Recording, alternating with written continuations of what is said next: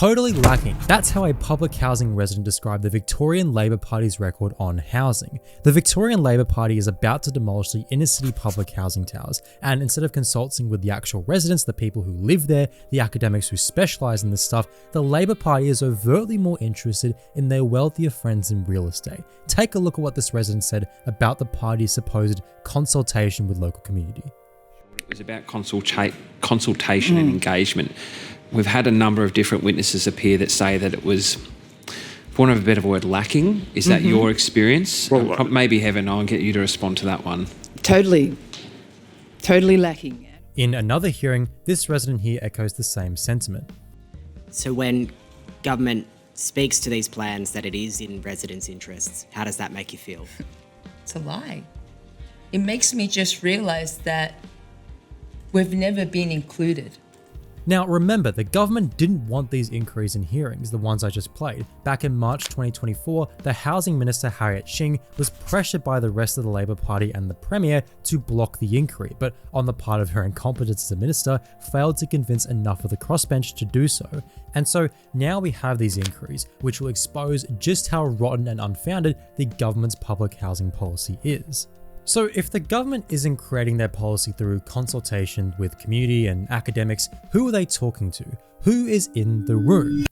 Well, let's see what Housing Minister Harriet Shing has to say. When asked about the criticisms surrounding the government's housing statement, which is basically the sort of big goals the government wants to get done across the housing market, which includes the demolition of the public housing towers, Shing said this. When we announced the housing statement, there was an affordability partnership, and this involves peak bodies, so the Property Council, the Master Builders Association, working across the super funds, for example, and making sure that we have buy-in from every part of the system. Link to the full video is in the description. Nowhere is consultation with residents or academics mentioned regarding the demolition of the towers. Don't believe the housing minister's word for it? Here's one of the few publicly available leaked documents which detail one of those workshops on investment in government-owned housing towers, featuring big superannuation investment firms and their subsidiaries in property, notably IFM Investors and its subsidiary ISPT Property. And as we can see from Shing's publicised ministerial diaries, her days have been littered with meetings featuring numerous representatives from IFM investors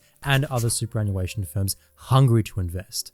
As put by the Understanding the Assumptions and Impacts of the Victorian Public Housing Renewal Program report, the real estate model of redevelopment is calculated to derive profit for private developers delivering the redevelopment. Comparatively, out of these 750 scanned academic articles, zero supported the government's redevelopment model. There were no empirical findings to support what the government is doing. To quote one of the authors of that report, Dr. Libby Porter, the material beneficiaries of this model are corporate landlords, community housing organisations, basically the organisations which a bunch of these superannuation firms are putting their money into, which expand their portfolios and operating revenue by growing their social, affordable and private housing stock, developers that have now secured a guarantee of public land development for 30 years, and investment funds that capture that long-term yield. This is not being done for the sake of and alongside the people who live in these communities. It's not being done in accordance with what the academic literature says on the specific topic. Quite the contrary, there's been a proliferation of studies specifically criticising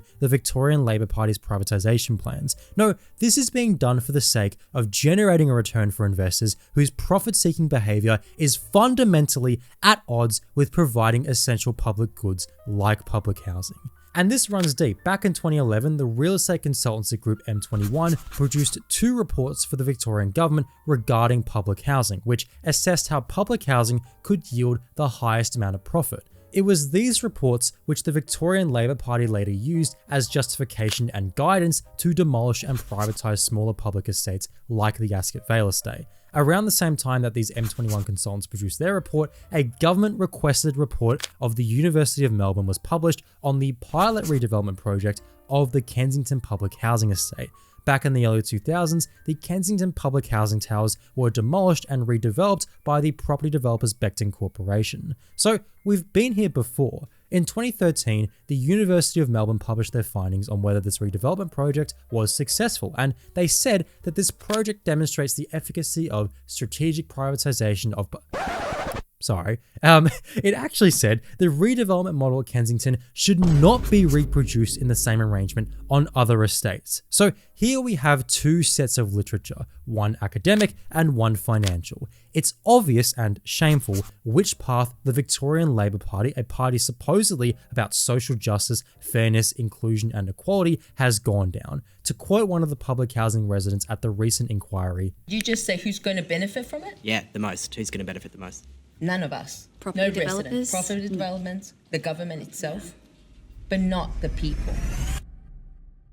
the consequences of pursuing profit over need are significant. The withdrawal of the government from public assets has been something decades in the making. From 1993 through to the mid-2000s and throughout the 2010s, reports, inquiries and studies have alerted respective Victorian governments of both major political parties of the declining condition of public housing. This has laid the groundwork for privatisation, neglect and defund public services to the point where they're completely degraded, and then allow the private sector to come in and carve it up for their liking. As we can see from government data, since 2014, the public housing stock has fallen by 2,000 households, and what's called community housing has risen by 3,000. Both are considered social housing, yet community housing is much different to public housing, and increasingly will just be this community housing that the government is increasingly relying on. Community housing is run by community housing organisations, which are, in name, not-for-profit housing organisations which supply rentals at discounted prices. However, in reality, community housing organisations still operate based on the profit motive and per the whims of the market. According to the government's social housing review, depending on who their landlord is, tenants have different entitlements in relation to rent setting rules, dwelling standards, tenancy conditions, customer service standards, maintenance arrangements, complaints and dispute resolution processes, and likelihood of eviction. The panel has heard that variation in rent setting policies within the community housing sector creates confusion for tenants and advocates and contributes to inequity perceived if not material. Registered agencies can generally charge up to 30% of household income plus any Commonwealth rent assistance for social housing. Contrarily, public housing only charges 25% of household income and no CRA. This is reaffirmed by the Auditor General, who published a report comparing community housing to public housing and found that there is an inequality between renters in the public housing and community housing sectors, and potentially between renters within the community housing sector. This is because, as put by Lawson et al. 2018, governments have moved away from direct capital grants and long-term public loans or interest subsidies towards housing allowances as recurrent operating subsidies. At the same time, social landlords are expected to do more with less cost-effective private debt, accommodating more low-income and high-needs tenants while improving the quality of dwellings and surrounding neighbourhoods. As a consequence, Australia's public housing stock is declining, while the number of community housing operated dwellings is increasing. Nominal growth has been due to favourable land deals, tax credits and direct public investment, with very little social housing being produced without these sources. In the past few years, this process has intensified as big superannuation funds have been moving to back these community housing organisations, financing commercial loans and therefore incentivising these providers to choose paying back superannuation funds over taking care of tenants. This is the future of the redeveloped towers, the risks socialised and the profits privatised, a model which the Labor Party was told it should not reproduce a decade ago.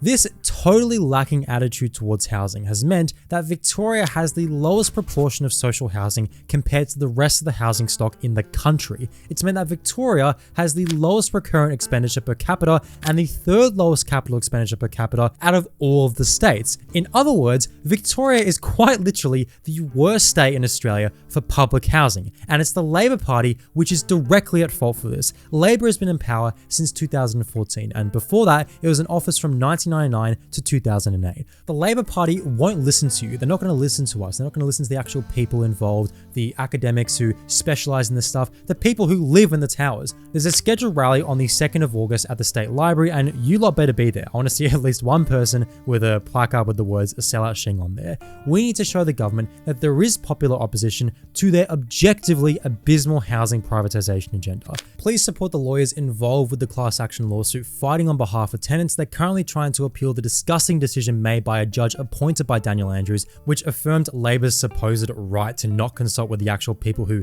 live in the towers.